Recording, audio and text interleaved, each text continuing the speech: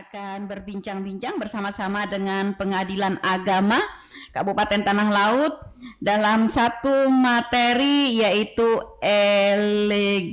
litigasi dan ekot banding. Telah hadir di Studio 1 Tuntung Panang FM Panitra Muda Gugatan yaitu Bapak Muhammad Haris Ridani SHMH. Selamat pagi Pak. Selamat pagi Bu. Iya, apa kabar pagi hari ini Pak? Alhamdulillah baik Bu. Iya, Pak Haris ya Pak ya? Nggih, siap.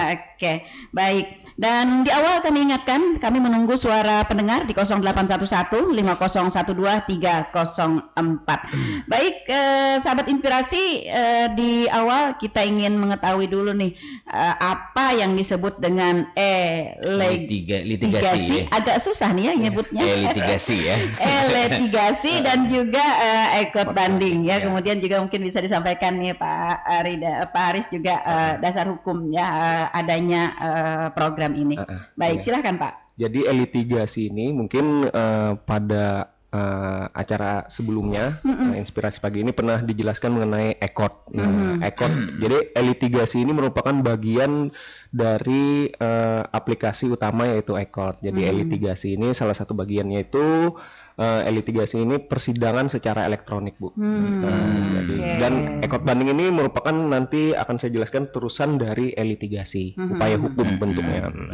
Jadi litigasi ini dasar hukumnya itu Peraturan Mahkamah Agung nomor 1 tahun 2019 mengenai persidangan secara elektronik.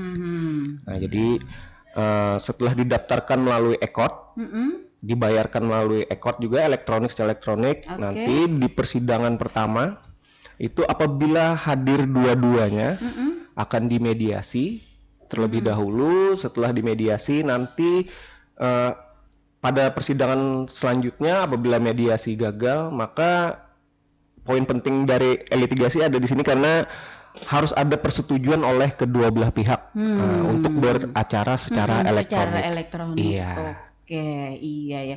Lalu dalam hal apa saja nih Pak yang bisa dilakukan litigasi dan ekot banding ini? Ya.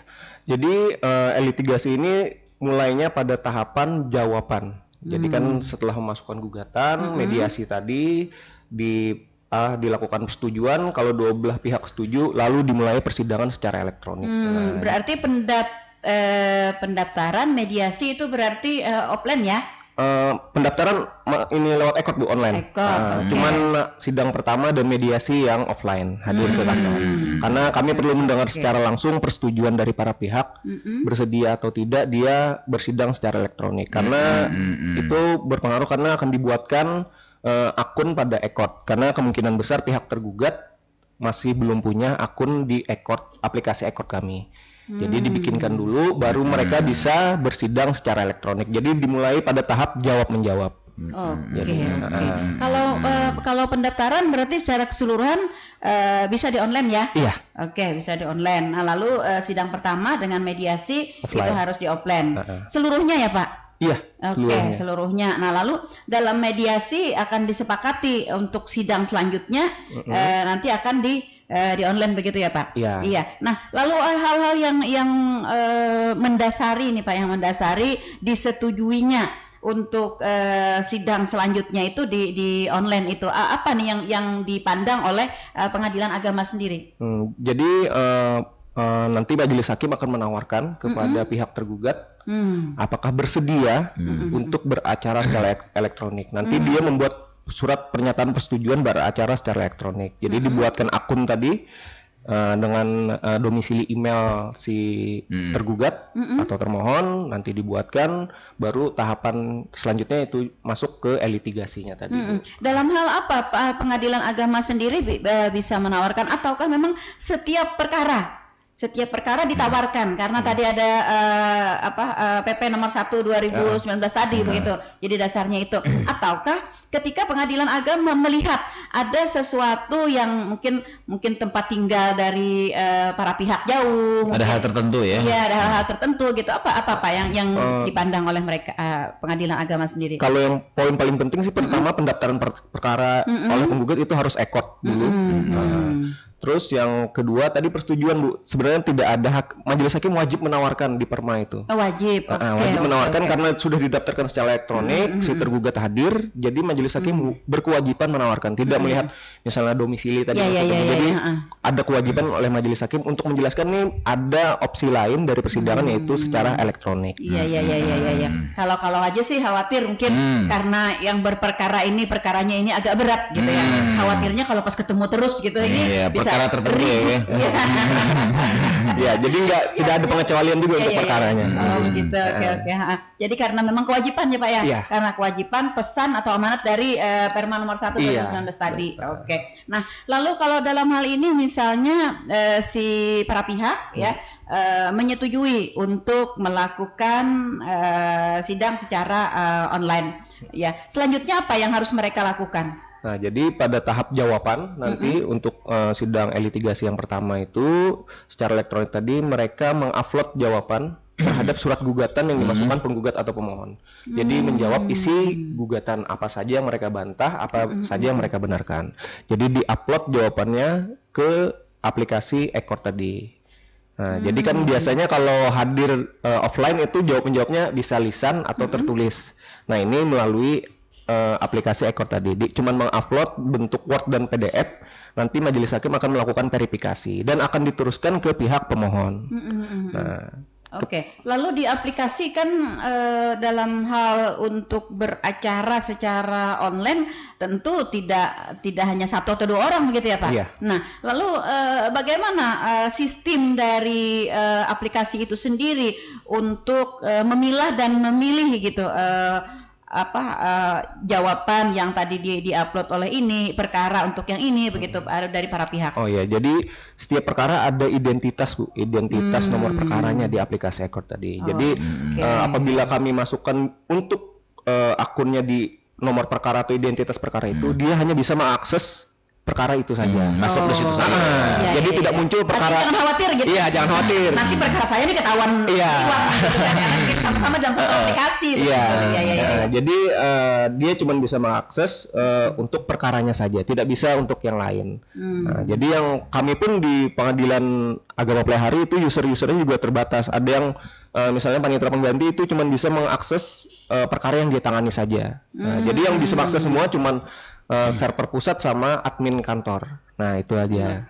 Oke. Iya, ini agar kita meyakinkan meyakinkan kepada masyarakat begitu ya. Jadi jangan khawatir karena seperti ini katanya nih Pak ya, dokumen negara aja bisa dihacker. Oh iya.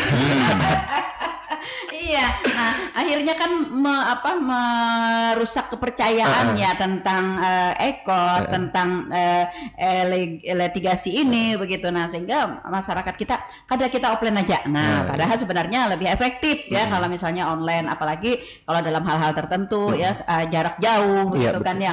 Kondisi kesibukan yang tidak bisa diatur begitu. Nah seperti itu.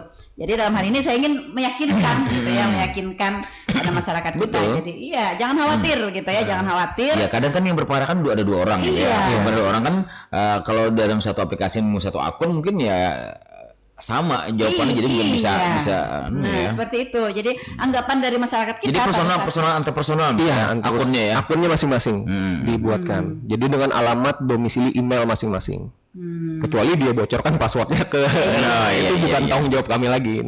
Oke. Berarti yang membuatkan akunnya berarti Pengadilan Agama ya Pak? Iya, Pengadilan Agama. Kami mendaftarkan akun, nanti password dan akun di Ekornya akan masuk ke email yang bersangkutan. Nah, jadi verifikasi dilakukan oleh yang bersangkutan. Oke, supaya menjelaskan masyarakat nih, terkait pelayanan ini beban biayanya bagaimana? Offline sama online. Jadi biar bisa milih. Jadi untuk beban biaya ya jelas lebih murah yang online ini. Karena kan yang pertama tidak perlu datang dulu ke pengadilan. Untuk biaya para pihak sendiri begitu ya. Datang untuk transportasi apa segala macam. Terus untuk pendaftaran akun sendiri pun tidak ada pungutan sama sekali. Tidak ada biaya sama sekali. Di kantor kami di bagian PTSP sudah ada pelayanan namanya Pojok Ekor. Jadi itu spesialis untuk permasalahan yang mengenai Ekor tadi. Jadi orang bisa konsultasi secara penuh di sana mengenai Ekor. Iya. Terkait persidangan online ini Pak, kan mungkin bagaimana SDM yang ada di pengadilan agama, sehingga kan mungkin sehari dalam aplikasi itu sibuk banget nih, ya ada beberapa perkara, jadi bagaimana adminnya, apakah satu-satu atau bagaimana di sana? Ya, kalau yang menangani perkara kan ada panitera pengganti itu Pak. Jadi panitera pengganti itu masing-masing punya user. Nah, masing-masing punya user juga dibantu oleh admin-admin.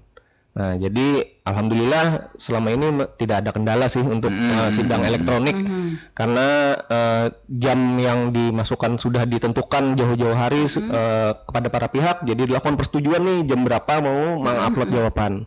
Nah, karena itu perlu verifikasi, kalau enggak terkunci. Kami pun sering melakukan komunikasi dengan para pihak, mengingatkan saja bahwa hari ini harus mengupload jawaban ini. Siapa tahu kan kelupaan. Memang nggak diatur sih di Perma, cuman usaha saja supaya hak para pihak itu bisa terpenuhi. Gitu Bu. Oke. Nah, lalu sejauh mana Pak efektivitasnya dari sidang secara legitasi online ini ya dengan secara offline? Kadang-kadang nih karena masyarakat kita ini kan sudah terbiasa ya, sudah terbiasa kalau bertatap muka, gitu ya. Katanya sih kalau bahasa Banjarnya lebih nahap Pak. Iya, evaluasinya dari Pengadilan Agama sendiri seperti apa? Kalau sebenarnya keuntungannya dari sidang elektronik ini untuk tahap jawab menjawab itu, kita bisa melakukan jawaban lebih fokus Bu, daripada menjawab lisan offline secara langsung. Biasanya ada yang ketinggalan gitu ya. Bisa mikir, bisa konsep dulu. Iya, betul. Bisa konsep karena biasanya jaraknya antara 3 hari atau 1 minggu untuk mengupload jawaban. Kalau menjawab secara langsung kan kemungkinan ada yang ketinggalan atau ada yang terlupa dengan pokok permasalahan yang dibahas di dalam gugatan gitu. Untungannya lebih seperti itu, lebih lebih fokus jawabannya, konsep gitu ya, konsepnya punya waktu ya. 1 minggu loh Bu ya, lama. Iya, makanya itu. Siapa tahu juga nggak jadi memperkarakan nih, bisa juga ya, seminggu ya. Iya. Oke. Lalu dalam hal begini Pak, karena kan tidak semua masyarakat kita ya, tidak semua masyarakat kita mengerti dan paham ya dengan IT ya. Iya, IT begitu. Nah, terhadap masyarakat kita nih yang mungkin karena penjelasannya kurang atau pemahaman mereka tidak begitu full ya terhadap litigasi ini, mereka menyetujui untuk sidang online. Nah, ternyata di perjalanannya mereka bermasalah gitu. Kada bisa membuka email apa gitu ya. Nah, ini dalam hal ini bagaimana nih Pak upaya yang dilakukan oleh Pengadilan Agama sendiri? Ya, yang tadi seperti yang saya jelaskan di awal tadi, yang pertama kami biasanya para panitera pengganti itu mengingatkan sehari sebelumnya bahwa ini pada tahap jawaban. Jadi misalnya kalau para pihak itu ada kesulitan, kami akan bantu melalui pojok ekor. Nanti petugas pojok ekor yang akan memberikan penjelasan atau menuntun lah, istilahnya menuntun para pihak untuk melakukan upload berkas ke aplikasi ekor tadi. Berarti artinya nih sebenarnya yang lebih direpotkan itu ya pihak pengadilan sendiri, karena harus proaktif ya, harus proaktif. Ulun kan bisa Pak Enang membuka email kayak apa ya kan artinya. Nah, lalu kan dari petugas membimbing begitu ya, membimbing untuk membuka. Nah lalu dalam hal memang kalau kita membaca secara ini kan agak-agak kurang ini. Biasanya sih orang lebih terfokus kalau membaca itu ketika di print. Iya, ketika di print begitu. Nah, adakah upaya-upaya juga dari pengadilan sendiri, misalnya untuk membuatkan atau untuk membuatkan resume begitu dari jawaban atau dari hal-hal yang dihadapi oleh para pihak begitu? Ya, jadi kalau untuk jawaban Pengadilan Agama sendiri nggak boleh ikut Bu, karena itu ada kecenderungan berpihak kepada salah satu pihak. Jadi kami hanya menuntun untuk mengupload ke aplikasi ekor tadi untuk persidangan litigasinya. Oke, seperti itu ya. Oke. Artinya di sini dapat kita ambil kembali kesimpulannya berarti tidak ada intimidasi ya, tidak ada campur tangan begitu meskipun dalam kondisi online begitu. Hanya saja pihak admin atau panitera pengganti itu lebih proaktif di dalam penggunaan aplikasinya. Jadi jangan khawatir nih ya masyarakat kita nih. Saya khawatirnya masyarakat kita nanti beranggapan nanti karena ini offline ya, ini bisa berpihak ke sebelah sana gitu. Jangan-jangan dia ya di sana dikasih tahu gitu ya. Pepadaannya ya. Nah, ya. Oke, baik. Di dalam evaluasinya Pak, dari 2019 berlaku efektif tahun berapa Pak? Mulai efektif sekitar awal tahun 2020 karena itu kemarin dasar hukum dulu keluar, pilot project habis di Jakarta, saya lupa di Jakarta Utara pada Jakarta Pusat, percobaan pertama 2020 sampai sekarang alhamdulillah terus dilakukan pengembangan oleh tim IT. Ya tadi nanti menuju ke ekor banding Bu. Jadi sudah ke tahapan sekarang di ekor banding. Sebenarnya di peraturan sendiri itu bisa sampai tahapan kasasi, tapi masih dalam tahap pengembangan. Jadi untuk aplikasi sendiri baru ke tahap ekor banding tadi. Oke. Nah, seandainya nih Pak di dalam perjalanannya sampai di tahap sidang pertama begitu ya, belum ke banding, ternyata ada salah satu pihak yang merasa tidak puas dengan kondisi sidang secara elektronik ini. Nah, apakah mereka bisa merubah untuk ke offline lagi begitu? Kalau merubah ke offline lagi sebenarnya persetujuan kedua belah pihak Bu, karena sudah disetujui dari awal untuk online ininya. Jadi misalnya anggap contoh kasusnya tidak terupload jawaban, mungkin dia lupa. Jadi di dalam hukum acaranya itu dia dianggap tidak memakai haknya saja. Jadi tidak bisa misalnya dengan alasan tidak bisa atau lupa, kan sudah ada kami informasikan biasanya di awal setelah dia menyetujui kami arahkan ke pojok ekot, itu kami informasikan akan dilayani kalau ada masalah. Jadi silakan hubungi ke nomor WA layanan kami kalau terdapat masalah. Jadi misalnya dengan alasan tidak bisa atau membatalkan harus persetujuan kedua belah pihak kalau pembatalan. Gabung sebelah pihak. Kalau dalam hal ini misalnya Pak, ini jadwal sudah kita susun ya, sudah seminggu berdahulu nih. Beratnya seminggu yang akan datang kita akan sidang secara online. Nah, karena kita kan tidak tahu nih apa yang terjadi kan pada saat itu gitu ya. Nah, pada saat hari H gitu ya pas sidang. Nah, salah satu pihak berhalangan. Ya berhalangan, apakah karena berhalangan secara internal, apakah karena misalnya gangguan dari sinyal atau apa begitu. Nah, ini bagaimana Pak jalan keluarnya? Kalau jalan keluarnya bisa memberitahukan kepada hakim Bu. Ininya jadi bersurat melalui email. Ininya mengirim surat. Jadi yang penting beralasan hukum. Dia tidak bisa melakukan jawaban atau mengupload jawaban tadi. Yang penting beralasan hukum, bisa dipertimbangkan oleh majelis hakim. Mungkin akan dirubah code kalender, namanya code kalender, jadwal penetapan sidangnya tadi, elektroniknya tadi digeser misalnya, dan akan diberitahukan ke pihak lawan bahwa terjadi pergeseran jadwal. Terhadap kondisi error di misalnya kan biasanya ini ada sinyal kita kan turun naik nih Pak. Down. Iya betul. Kita bisa cekak-cekok gitu, jadi tidak jelas begitu. Karena banyak menggunakan aplikasi ini mungkin berbarengan. Ada salah satu pihak atau para pihak misalnya tidak terlalu jelas begitu. Nah, apakah ini nanti akan bisa diulang atau ada resume dari pengadilan agama sendiri untuk memperjelas kepada para pihak? Jadi pernah Bu kejadian yang server pusat yang down. Nah, jadi itu kan beralasan hukum karena di luar kemampuan majelis dan juga para pihak. Nah, jadi dilakukan perubahan jadwal sidang karena beralasan hukum tadi. Jadi karena kan di luar kemampuan kita sudah itu. Kan tahapannya harus dilakukan secara elektronik. Jadi seperti itu Bu. Yang penting beralasan hukum bisa digeser jadwal sidang. Nah, kalau misalnya di tempat-tempat tertentu kita tahu kan ya kondisi geografis kita nih Pak ya. Ada pegunungan, ada daerah-daerah yang blank sinyal gitu ya. Nah, ada yang agak sulit fluktuasi gitu ya, sinyal turun naik.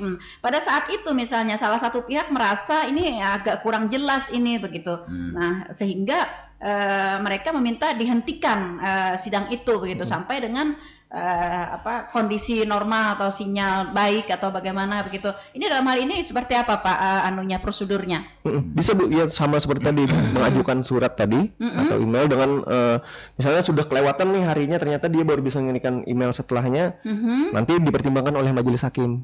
Apakah perlu ada saksi misalnya? Karena begini, kan sidang online kita di tempat masing-masing ya. Nah, artinya pengadilan agama sendiri tidak tahu nih tempat saya nih pada saat ini sinyalnya lagi gangguan begitu. Nah, ketika saya menyampaikan ternyata sinyal di tempat saya tidak bagus, Pak. Nah, apakah dengan hanya pemberitahuan seperti itu gitu bisa diterima, atau ada misalnya saksi lain begitu yang atau ada pemeriksaan lain begitu yang bisa mengakomodir ya keinginan dari para pihak itu. Jadi misalnya yang tadi pernah juga kejadian alasannya seperti itu, Bu. Alasannya sinyal nggak ada. Nah, kami persuasif kami biasanya bisa ke kantor buat kami bantukan di kantor kami untuk menguploadnya. Nah, begitu. Jadi kami bantukan untuk menguploadnya saja. Misalnya dia ternyata gangguan, setelah dihubungi, misalnya biasanya kami aktifnya menghubungi terakhir itu sekitar 1 jam sebelum batas terakhir upload. Kenapa ini belum ada upload juga lagi? Kami telepon, alasan mereka sinyal, biasanya kami suruh ke kantor buat dibantukan untuk mengupload. Itu mengupload berkasnya. Cara terakhir itu ya. Iya, karena yang tadi kalau ke majelis hakim kan sudah harus beralasan hukum dengan surat, minimal dengan surat misalnya gangguan sinyal. Ya minimal dari Telkom misalnya memang ada gangguan, tidak bisa, karena itu bisa dijadikan alasan karena kan bukan beralasan hukum ini. Itu yang saya maksud tadi kan. Kali-kali aja mau nunda-nunda. Iya, betul. Cari alasan gitu kan. Nah, sehingga nanti akan memancing emosi nih para pihak lain gitu ya, karena seperti itu. Itu juga yang penting menjadi perhatian ya bagi para pihak. Jadi untuk alasan misalnya kalau sinyal itu apa sih eksternal ya, eksternal. Iya, itu harus memang benar-benar dapat dibuktikan gitu ya. Betul. Nah, iya harus dapat dibuktikan. Paling tidak mungkin ada keluarga ya yang bisa menjadi saksi gitu di situ ya. Ya. Nah, lalu dalam hal ini Pak, begini. Ketika kita melakukan sudah menyetujui ya untuk melakukan sidang secara elektronik ya. Nah, namun di tempat kita begitu ya, di tempat kita misalnya pihaknya berada di Kintab juga salaman begitu ya, agak jauh banget gitu ya. Nah, lalu para pihak pada saatnya begitu ingin sidang secara online, tetapi mungkin di tempat atau di kantor pengadilan agama sendiri, adakah pengadilan agama sendiri mempunyai satu fasilitas untuk sidang secara offline tetapi difasilitasi oleh pengadilan agama? Secara online tadi ya Bu, ini ada online. ya pojok ekor tadi Bu. Ini, jadi kami di PTSP itu ada bagian khusus pojok ekor. Ya, biasanya juga kadang-kadang pengacara yang kelupaan dia lagi ada di pengadilan, dia nguploadnya di pojok ekor tadi. Iya. Artinya meskipun kita berada di pengadilan agama, tetapi kita tidak akan ketemu kan ya para pihak? Iya. Iya. Mendingan offline aja ya kalau udah kesana ya. Iya. Khawatir kalau offline kan gitu. Iya, ada sesuatu nih mengingatkan emosi gitu kan. Ini Pak Haris, kan semuanya serba digital ya. Pendaftaran mulai dari jawaban dan semuanya makanya dokumen elektrik ya, seperti itu. Jadi bagaimana terkait mungkin tahapan putusan? Apakah mungkin mendapatkan dokumen secara digital juga? Apakah tahapan putusan yang harus ke sana lagi atau bagaimana nih? Ya, jadi sekedar mendapatkan kertas doang di aplikasi juga. Jadi ini tahapan pertama tadi kan di tahap jawaban. Dimulai sidang elektronik jawaban itu dilakukan oleh tergugat, habis itu replik dilakukan oleh pemohon, duplik dilakukan oleh tergugat atau termohon lagi. Habis itu pembuktian. Nah, pembuktian ini biasanya offline, dilakukan secara offline karena menghadirkan saksi ke persidangan. Jadi di tahap pembuktian biasanya offline, baru di tahap kesimpulan kembali online lagi, mengupload berkas kesimpulan lagi di ekor melalui litigasi lagi. Nanti di tahap putusan kembali elektronik lagi, Pak. Nah, jadi pembacaan putusannya secara elektronik. Nah, jadi diberitahukan putusannya itu melalui ekor tadi, melalui persidangan elektronik tadi. Jadi dikirimkan berkasnya ke alamat ekor masing-masing. Dan ditandatangani biasanya namanya e-sign, ditandatangani oleh panitera pengesahan dari putusan tersebut. Jadi mereka dapat salinan putusan dari perkara tersebut secara elektronik. Jadi kopi sendiri ya. Iya, print sendiri. Jadi bentuknya ada barcode-nya biasanya, tanda tangannya berupa barcode dari panitera itu. mereka membayar nanti berapa biaya PNBP untuk salin putusannya, baru bisa di-download. Jadi gak usah dengar seperti itu juga ya. Iya. Semuanya dokumennya sudah digital. Ya, jadi jangan khawatir ya, dokumen yang digital itu sah ya, karena sudah ada laptopnya begitu ya. Jadi jangan khawatir. Jangan dibawa lagi nih ke Pengadilan Agama untuk dicap. Iya. Baik, di saat pembuktian tadi kita offline ya Pak ya. Di saat pembuktian offline menghadirkan saksi atau alat bukti ya. Oke. Nah, pada saat pembuktian ini ketika kita tidak bisa offline, ini apa Pak upaya kita Pak? Biasanya kalau saksinya jauh ya Bu ya, misalnya saksinya berada di Kalimantan Timur misalnya. Oke. Jadi bisa memohon untuk sidang via Zoom biasanya. Jadi dilakukan via Zoom. Tapi kalau untuk pembuktian surat biasanya majelis hakim minta secara langsung karena harus dibuktikan dengan asli. Iya. Fotokopi ini. Jadi misalnya alat buktinya kan fotokopi di Najigelin, di legalisir di Matrai. Nanti dibuktikan dengan aslinya. Jadi memang itu harus offline. Harus offline. Wajib ya, wajib offline. Tapi kan scan bisa asli ya. Apa itu? Mungkin dikirim scanan. Tidak, ya kalau scan biasanya memang terlihat asli, tetapi ada bagian-bagian tertentu. Makanya harus pengasliannya itu harus dilihat alatnya manipulasi juga kan ya. Harus secara offline ya, karena ada diraba, di Trawa, kayak tuh uang ya. Ya. Di sini kami ingin menekankan ya kepada masyarakat kita begitu ya. Artinya, meskipun kita sidang secara online ya, tapi ada pada bagian-bagian tertentu yang memang wajib wajib hadir, harus offline. Nah, ini dilakukan dalam rangka Pengadilan Agama mengetahui secara pasti ya Pak, mengetahui secara pasti keabsahan ya, kemudian juga keseriusan dan hal-hal lain yang menjadi pihak-pihak terkaitnya juga ya. Iya. Jadi jangan khawatir ini ya. Jadi saya ingin menekankan ini ya kepada masyarakat kita. Tetap artinya pihak-pihak terkait datang, harus ada bertatap muka ya. Enggak saat-saatnya gitu ya. Enggak masuk kertas keluar kertas ya. Nah, ini yang perlu kita tekankan ya kepada masyarakat kita. Jadi jangan khawatir gitu. Jangan bayar online tuh. Nah, ya kan nanti dianggap hasilnya kayak lemah gitu kayak lemah ya. Apalagi di session pembuktian tadi ya Pak ya. Jadi itu wajib offline ya untuk barang bukti, kecuali saksi yang mungkin berada jauh ya, yang bisa secara Zoom. Nah, seperti itu ya. Ya, jadi jangan khawatir. Jadi artinya dijamin lah untuk sidang secara elektronik ini juga hasilnya, keluarannya juga tidak akan berbeda. Nah, seperti itu. Oke. Baik, nah kita ke ekor banding tadi Pak. Nah, ekor banding ini seperti apa Pak prosedurnya? Jadi ini tahapannya setelah dilakukan sidang elitigasi. Jadi setelah sidang putusan tadi secara elektronik, apabila salah satu pihak tidak puas dengan putusan yang dikeluarkan oleh Pengadilan Agama Pelihari, mereka bisa melakukan banding melalui ekor. Biasanya kan banding offline tuh. Kirim memori banding, kontra memori banding, datang ke kantor. Tapi dengan ekor banding semua dilakukan upload via aplikasi ekor. Nah, tapi persyaratan paling penting adalah putusan harus melalui elektronik. Nah, itu baru di tahapan bandingnya baru muncul, nanti di aplikasinya bisa melakukan banding secara elektronik juga. Oke. Jadi harus sidang yang pertama harus di elektronik. Iya, betul. Nah, ketika kita sidang pertama disetujuinya di offline, berarti kita tidak bisa ekor banding, Pak? Iya, betul. Tidak bisa. Karena itu persyaratan di Parmanya harus dengan putusan elektronik.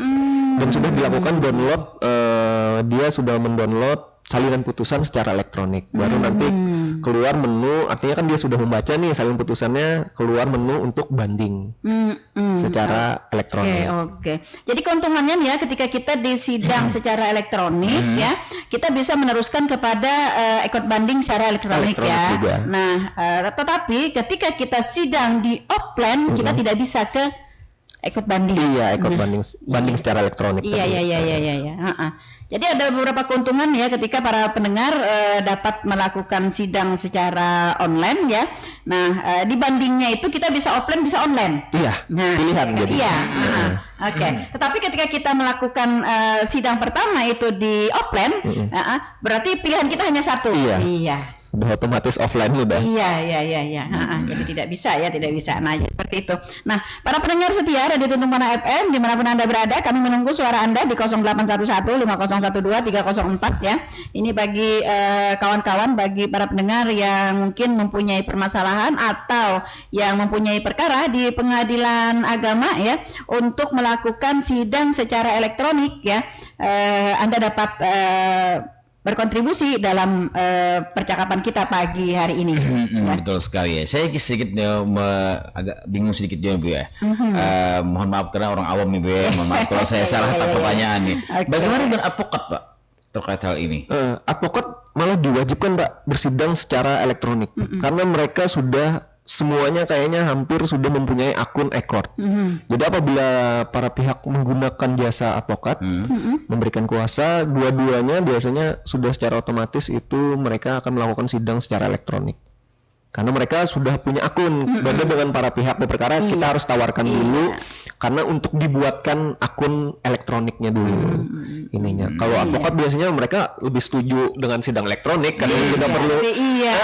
Mereka kan juga sibuk biasanya. Mereka otomatis biasanya sudah setuju Pak biasanya. Mereka malah merasa termudahkan dengan adanya sidang secara elektronik ini. Ya kalau kan non advokat nih, jadi terkait advokat. Tetap ya, karena advokat dianggap adalah mereka yang sudah ahli ya. Dia sudah ahli, artinya mereka juga sudah menguasai IT gitu ya, dan ada pelatihan juga nih mengenai ekot ini kan ya. Nah, jadi diwajibkan ya Pak. Iya. Untuk pendaftaran perkara saja advokat sekarang ada, saya lupa surat Dirjen Badilak itu menekankan harus pendaftaran pun melalui ekot.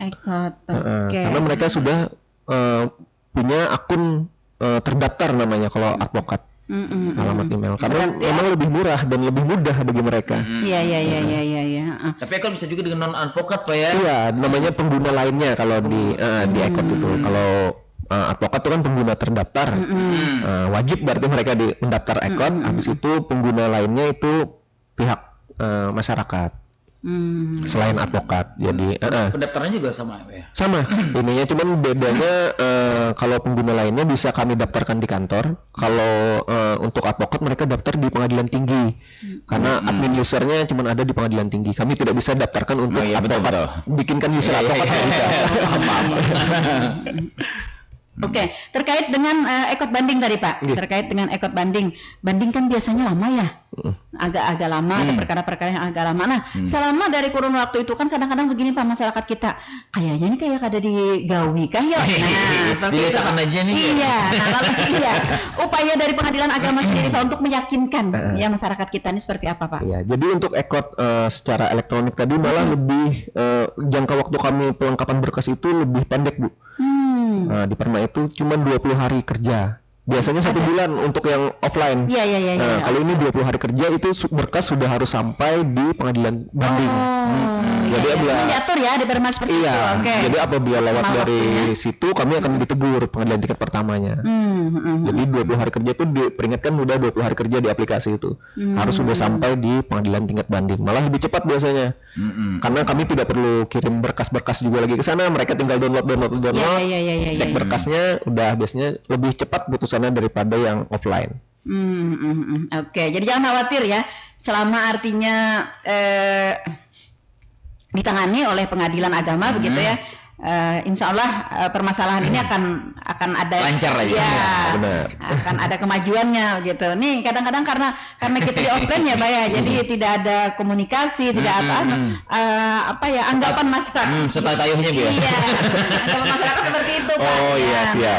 Ya selanjutnya kita ingin menekankan ya kepada masyarakat, meyakinkan gitu ya kepada masyarakat. Nah, lalu selama dari 2020 awal 2020 sampai dengan sekarang untuk Kabupaten Tanah Lot sendiri Pak, penggunaan sidang secara online dan banding secara online ini seperti apa Pak? Kalau di mulai hari untuk banding secara online kebetulan masih belum ada Bu untuk 2022 ini. Oke. Mungkin tingkat kepuasan masyarakat terhadap putusan hakim tinggi, jadi tidak ada banding. Untuk litigasi sekitar 25 saya lupa update terakhirnya ada sidang secara elektronik. Tapi masih ya tadi rata-rata masih advokat yang bersidang secara elektronik karena masyarakat tadi agak belum ada langsung secara pihak gitu ya. Ditawarkan mungkin ya dengan acara ini mungkin bisa masyarakat meyakini bahwa sidang elektronik itu mudah. Nah, itu yang ingin kita tekankan gitu kan. Pertama tadi kan artinya sidang secara elektronik itu murah. Ya, murah, kemudian mudah ya. Waktu lebih cepat waktu lebih cepat. Terkonsep juga. Terkonsep juga begitu ya. Nah, ini yang ingin kita tekankan. Mudah-mudahan ini nanti menjadi inspirasi ya bagi kawan-kawan, bagi para pendengar, bagi masyarakat tanah laut yang berperkara di pengadilan gitu. Kalau dievaluasi Pak, sekitar berapa persen Pak dari total perkara yang masuk ke pengadilan, di online-nya berapa persen, di offline-nya berapa persen?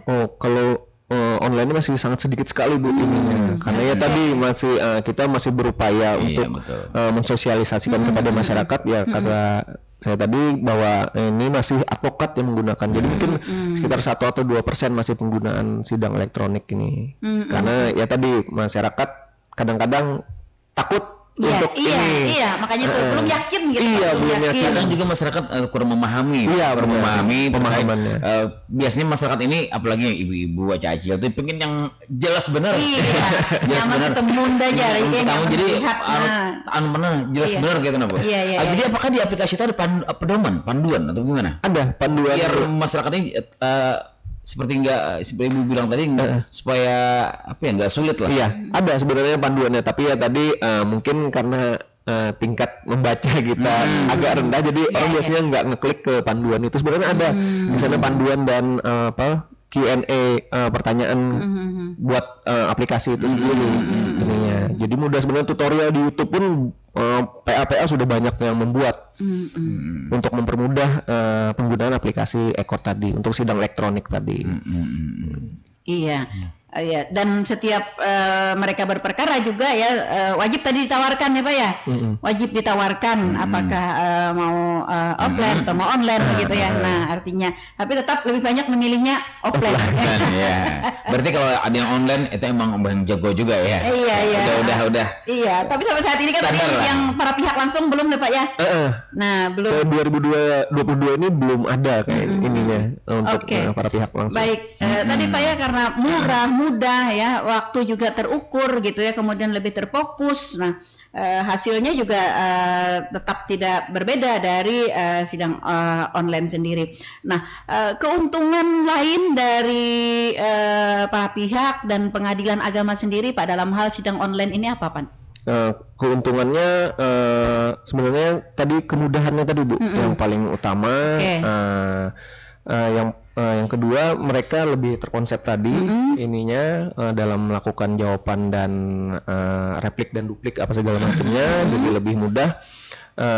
Nanti mereka menerima putusan pun jadi melalui elektronik lagi, tidak perlu datang ke pengadilan. Nah seperti itu Bu ininya. Oke. Nah lalu untuk pengadilan agama sendiri, apakah ini juga berpengaruh gitu karena hakim kita mungkin terbatas, petugas kita terbatas gitu. Dengan adanya elektronik ini akan dapat, kalau misalnya dulunya kalau di offline kita hanya bisa menghandle misalnya satu hari 5 kali sidang gitu. Tapi ketika ada online begitu bisa sampai 10 atau berapa begitu. Bagaimana Pak? Iya. Kalau pengadilan agama Pelihari sendiri itu sungguh-sungguh sangat terbantu dengan adanya aplikasi sidang elektronik ini, karena hakim tinggal mendownload dan membaca itu tanpa perlu, kan kalau offline hadap-hadapan ngotot-ngototan biasanya. Betul. Kalau ini tinggal baca dan verifikasi. Jawaban baca, verifikasi, nanti diteruskan ke pihak. Mungkin biasanya baca sekitar 15 menit, teruskan nggak sampai 1 menit untuk meneruskan ke ini. Ke para pihaknya. Oke. Nah, lalu di dalam perjalanannya Pak, meskipun tadi masih prosentasenya masih sedikit begitu Pak, evaluasinya adakah kendala-kendala yang dihadapi Pak yang secara krusial begitu? Mungkin ya tadi kesiapan masyarakat untuk menerima perubahan sidang elektronik ini masih belum. Jadi kami tiap kali persidangan tetap apabila yang hadir dua-duanya tetap diberikan penjelasan oleh majelis hakim bahwa ini akan lebih mudah. Jadi upaya dari kami seperti itu biasanya. Sama juga petugas di PTSP di pojok ekot biasanya akan menjelaskan kalau berperkara secara elektronik ini lebih mudah. Ya, lebih mudah, lebih murah begitu ya, lebih murah. Cuman ya itu yang perlu diyakinkan kepada masyarakat kita ini adalah tingkat kepuasan. Ya, tingkat kepuasan. Jadi kadang-kadang ya itu Pak, masyarakat kita kan sudah terbiasa bertatap muka ya.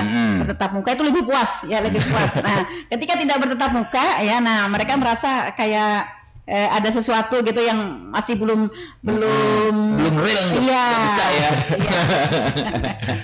Lalu sosialisasinya Pak dari Pengadilan Agama sendiri tentang sidang secara online dan banding secara online ini seperti apa Pak? Untuk lebih menyebarkan ya mungkin salah satunya dari lewat radio. Nah terus upaya kita yang lainnya agar nanti presentasi dari sidang secara digital ini lebih meningkat. Jadi tahap awalnya kami di meja informasi biasanya Bu. Waktu pendaftaran itu kami usahakan para pihak yakin dengan pendaftaran secara elektronik. Karena itu pintu awal untuk persidangan elektronik. Nah, jadi meja informasi biasanya menawarkan ini dengan biaya offline segini, biaya yang online segini. Jauh lebih murah. Biasanya orang akan tertarik dengan biaya yang lebih murah. Jadi itu pintu awal masuknya. Jadi nanti untuk persidangan elektroniknya nanti tergantung kehadiran para pihak. Kalau hadir nanti itu majelis hakim lagi. Peran majelis hakim untuk menawarkan, meyakinkan pihak lawan untuk beracara secara elektronik. Ya, seperti itu Bu ininya. Anda kayak murah aja, tapi kan bisa banget ya. Belum kelar lagi 4.0 ya udah ada 5.0 lagi ya. Iya. Dilematisnya seperti ini Pak. Ketika para pihak memilih untuk beracara secara online lah, online. Artinya karena mereka tidak terlalu menguasai kepada IT, maka mereka harus ada bantuan. Nah, bantuan apakah ini berupa pengacara atau mungkin nanti ada pihak ketiga yang lain. Nah, artinya ketika biaya yang dibayarkan ke Pengadilan Agama lebih rendah, tetapi mereka harus mengeluarkan biaya lain untuk pihak ketiga tadi. Nah, iya. Jadi kalau ini lebih baik menggunakan layanan pojok ekot tadi Bu.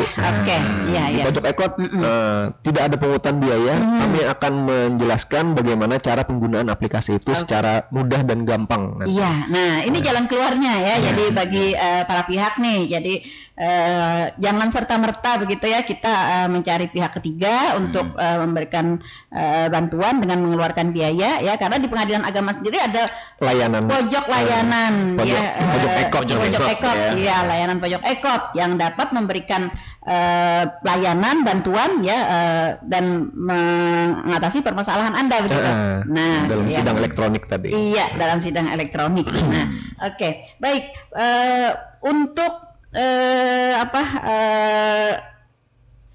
ekot banding ini tadi Pak, untuk ekot banding ini artinya masyarakat kita tidak perlu khawatir ya, ini akan berjalan sesuai dengan prosedur ya, sesuai dengan prosedur untuk meyakinkan masyarakat nih Pak, untuk meyakinkan para pihak bahwa ini berjalan sesuai dengan prosedur. Apa yang dilakukan oleh Pengadilan Agama sendiri Pak? Iya. Jadi untuk meyakinkan sendiri ini kami dibatasi oleh Perma tadi Bu, selama 20 hari tadi di aplikasi tadi biasanya ada teguran kalau sudah di atas 20 hari, juga teguran dari tingkat banding biasanya, dan juga ini dilakukan penilaian setiap triwulan oleh Dirjen Badilak. Jadi ada penilaian, jadi kalau ada evaluasi setiap triwulannya. Jadi jangan khawatir nih kada akan berlarut. ada aturan-aturan tertentu ya di dalam Perma itu ya yang menjadi tanggung jawab ya Pak ya. Iya, betul. Nah, yang menjadi tanggung jawab dari Pengadilan Agama sendiri. Nah, sehingga memang benar-benar perkara kita itu yang di ekot banding itu akan berjalan sesuai dengan prosedur yang sudah ditentukan.